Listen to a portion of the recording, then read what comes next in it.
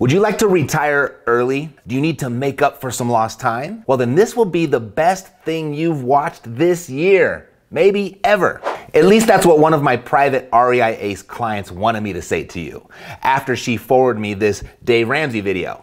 Can I catch up on retirement at 50? And she said, watch, and please record yourself while you do. I want to see the look on your face and hear your reaction. So I agreed, and here we are. But before we begin, click the subscribe button and ring the notification bell because I post cool stuff like this each and every week and you don't want to miss it. Let's go.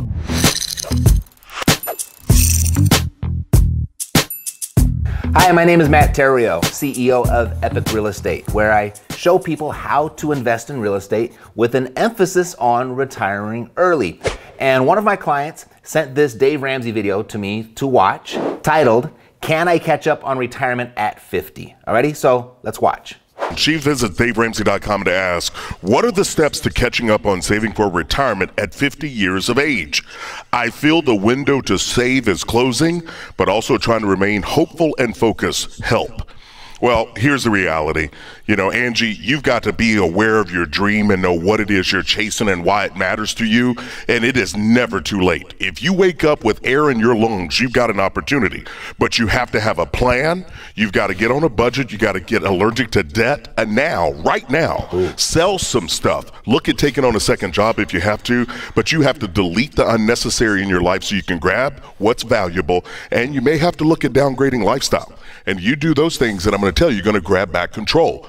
Get over to Ramsey Plus, get plugged into a community so you're not doing it alone, but you feel connected. And that's how you do it, Dave. Yeah, that's exactly right. The window is closing, mathematically, and yet the shortest distance between where you are and wealth is still the baby steps. It's still get your emergency fund in place and get rid of your debts, which gives you the cash flow to pour into your retirement.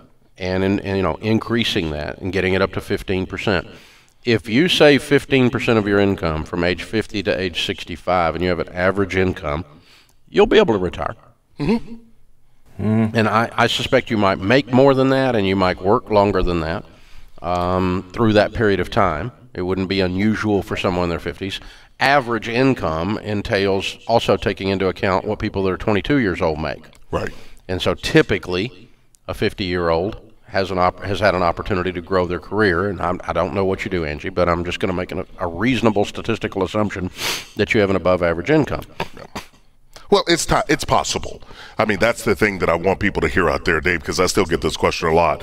Is it too late? Can I still do it? Well, I know you can. The bigger question is, will you? Yeah, I mean, you got to treat it like the house is burning down. Yeah, I mean, it's urgent. Yeah. You really do. And I say, but do you panic and skip steps? No, not at all. No, you just have an extra urgency to work the steps, because the quicker you get out of debt, the quicker you have your income in your control to build wealth with. And so just turn up the heat on that, baby. Right, and be allergic to excuses. Now, Dave, I had a coach. He was about 150 years old. That's not true because that'd make him biblical. But he was old and crotchety. He probably wasn't biblical at all. No, he was not at times. But he told us something that as players out there, he said, don't make excuses, make plays. And I say that in this because even in the period of COVID-19 right now, people can use that as an excuse not to stay focused on the plan. And it's really important not to do that for yourself, because that's how you end up losing a year or 2 or 3, because we're going to say, I'm going to wait until this or I'm going to wait until that. No. Be urgent right where you are right now, and don't make excuses for stupid. So I understand why my client sent this to me, as the plan prescribed by Chris Hogan and Dave Ramsey was to basically set a budget, eliminate debt, and save money, which my client knows that this is probably the slowest, most painful way to tackle this caller's issue. And I'll let you in on a much faster way, and in a much more for sure way too. But what initially stood out to me here was Dave's use of the word wealth. You know, wealth defined as an abundance of valuable possessions or money. And the word abundance defined as a very large quantity of something. And a plan of setting a budget, eliminating debt, and saving money isn't going to get anyone to a very large quantity of valuable possessions or money unless they make a lot of money in the first place. Because The mathematical fact is that most people don't make enough to save enough for this plan to work to create wealth. Now, I'll let you in on what can, however. But if you love what you do for a living and you're content with a middle-class life, follow Dave's plan. You know, I've never met him. Seems like a good guy. He seems like he's got great intentions. And I'd never advise anyone against doing what makes them truly happy. So if you are happy with what you do and where you're headed financially, then don't listen to me. But if you want to be wealthy, let alone want to catch up for lost time like the caller Angie wants to do, it ain't gonna happen with the Ramsey plan. Now granted, Chris and Dave were a little handicapped in the sense they don't know much about Angie. So their advice, it's limited to, you know, cliches and platitudes. But let's work with the advice she was given and see what that would produce. Now Dave said Angie's window is closing mathematically, which is absolutely true, with their plan. And then Dave said the shortest path to where you are and wealth is through his baby steps. Now, I wasn't familiar, so I looked them up. I'm open. I mean, maybe there's a shortcut in there that I don't know about. I certainly don't know everything. So with a quick Google search, here's what I found. Baby step 1, $1,000 to start an emergency fund. Now, it's prudent to have some emergency cash on hand, but it's not a path to wealth. Baby step 2, pay off all debt using the debt snowball. Now, I don't like this advice, particularly the use of all debt, as better advice would really depend on the type of and the amount of debt Angie has. Hogan and Ramsey, they think all debt is bad though. I mean, most people think having no debt is a prerequisite to creating wealth. Well, it's not. There's probably more truth to the contrary, actually, and I'll explain in a minute. Baby step 3, 3 to 6 months of expenses in savings. This doesn't bother me, but it's not a path to creating wealth either. And I'm not sure why it's separate from step 1. Baby step 4, invest 15% of household income into Roth IRAs and pre-tax retirement. Now that doesn't sound all that bad on the surface, but it's not going to create wealth. It's not doing it for the majority of people that follow this advice. I mean, don't get mad, it's just math, and I'll show you. You know, most people, they just don't make enough to save enough for this to work. And if it does, they're way too old to enjoy it. Baby step 5, college funding for children. Now, I actually don't like this one at all, but it also depends on what your children will want to do for their profession. So I'm just gonna leave that one alone. Baby step 6, pay off home early. Well, this is potentially the worst advice of all of these, particularly when it precedes step 7. You see, when you pay off your home early, you are essentially retiring your money before you retire yourself. Now, there's nothing wrong with owning your home free and clear, but it will slow your wealth creation by making it a priority. Baby step 7, build wealth and give. Can't argue with that. But why is it the last step? And after reviewing this list in its entirety, it's no wonder Dave calls it baby steps, because it's made for babies. I mean, maybe he lacks confidence in his audience's ability to pull off anything else. Because this is a game plan built around a life of fear and sacrifice, working hard for a really long time, because that's how long it will take for this plan to pan out. I mean, this is one giant game of defense, and defense alone does not create wealth. To get wealthy, you've got to score points. You've got to incorporate some offense, a lot of it. And you don't want to wait, as David advises that you do, to wait until the end of the game to actually start scoring. So Chris, he started in the right direction with his advice of taking on a second job. Because to build wealth, whether you have a lifetime to do it or just 15 more years like Angie, the focus must be on making a buck rather than saving a nickel. But the plan really stalled when Chris said, get allergic to debt. Delete the unnecessary, and take a look at downgrading your lifestyle. I mean, who wants to do that? And even if you did all of that, these conservative defensive moves will barely move the needle. So then Dave chimed in, suggesting that she invest 15% of her income between the age of 50 and 65, and then she'd be able to retire. Well, I'll give Dave the benefit of the doubt, and we'll just do the math on what this would produce for Angie.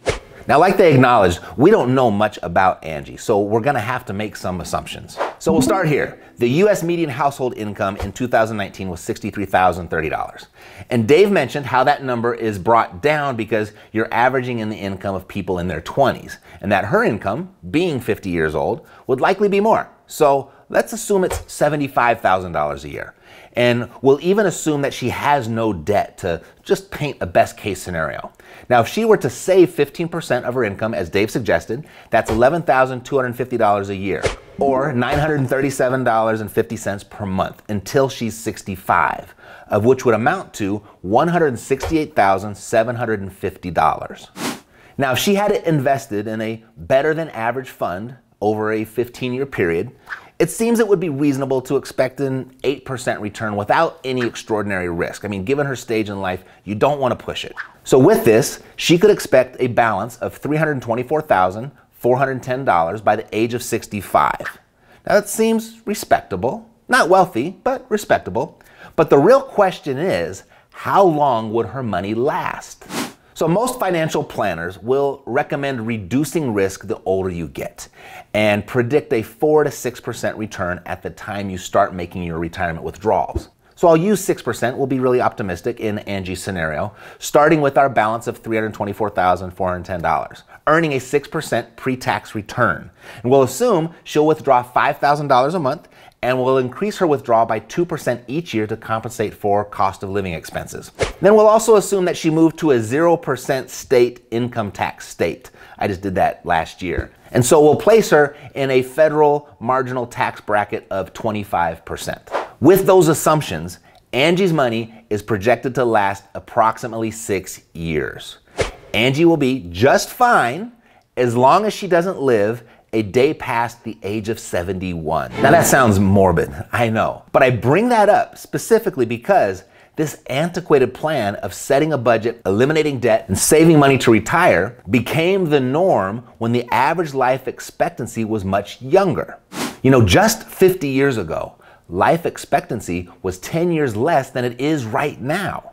Meaning, on average, you have to plan today for an additional 10 years of financial support than just your grandparents did. Now, Angie did end up with $324,000 with this plan. Hardly wealthy, but it's something. But the average 65-year-old with this plan, however, ends up with a lot less, $212,600 to be exact. The median balance of a 65-year-old's retirement account is just $67,600. The point being, this plan doesn't work for most people. Those are the numbers, regardless of your feelings about them. Now, if you'd like a faster alternative, not to mention a more for sure one, let me know by smashing the like button. And let's look at the big picture from a very different angle. If Dave Ramsey's end goal for retirement, as it is with all traditional financial planners, is for you to save enough money to where you can live off the income the interest of your savings produces, consider forgetting the saving altogether and focus on creating the income first, and then let your income build your savings. Just flip the priority. Both take some work and discipline, but the alternative income-focused plan is considerably faster. Here, I'll show you. Chris Hogan's initial suggestions were to be aware of your dream, be aware of what it is you're chasing, know why, and take on a second job. And I really liked his recommendation to get plugged into a community of like-minded people so you're not going at this alone. I agree. Start with all of that. But when he said get allergic to debt, he lost me. And here's why. It's going to be tough for Angie, or anyone for that matter, to catch up without using debt. Good debt, that is. To Chris and Dave, there's no such thing as good debt. It's all bad to them. But when I say good debt, what I'm talking about is the type of debt that pays you more than it costs you. You know, whether you want to retire early or make up for lost time like Angie, nothing will help the average person do that faster than by leveraging other people's money. Now, before you shrug this off, let's look at something very simple that anyone can do. Dan A. from Chicago, a private REI ACE client of mine. We've been working together for just under a year. And inside of the Facebook group for my private clients, we post our wins for the week every single Friday. And Dan very recently posted this: 3 deals scheduled closing in the next 2 weeks. The first 2 were nurtured over 5 months with the relationship with the seller.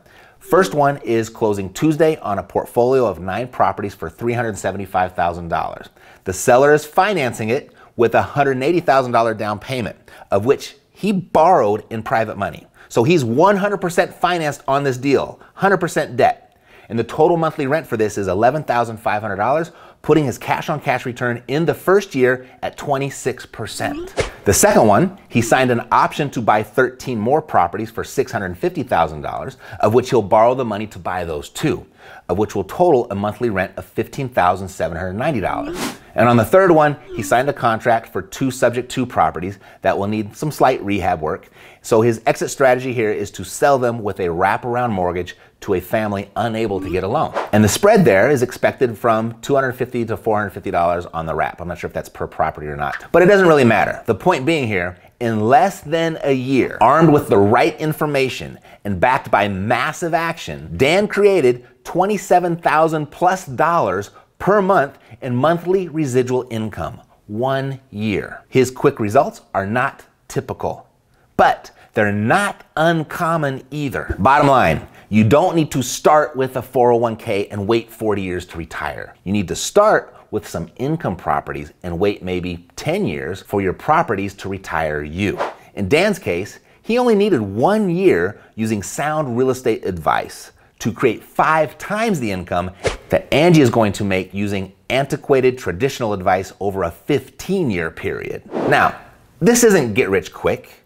It's just get rich quicker and permanently, as Angie's money will run out in 6 years as we showed, but Dan's won't. Both will take some discipline, both will take some hard work. But the question that you want to ask yourself is, how long do you want to work hard? Now, I can hear the critics already. I've heard it all before. What about when the tenant trashes your property? What about the midnight call for the broken toilet? What about when the bubble pops? I've heard it all. I've been doing this for a while. And people love to focus on why investing in real estate like this won't work. But it's real estate like this that has worked for more people than anything else. So if you're concerned with catching up on your retirement plan, or maybe you like the idea of retiring early, odds are the strategy of setting a budget, eliminating debt, and saving money is not going to get you there on your timeline, if it gets you there at all. Don't get mad, it's just math. So, what did you notice? What did you learn? Share with me below. And if you found this valuable, there's a really good chance that you know somebody else that would too. And when their name comes to mind, go ahead and share it with them. Thanks for watching. I'll see you next time.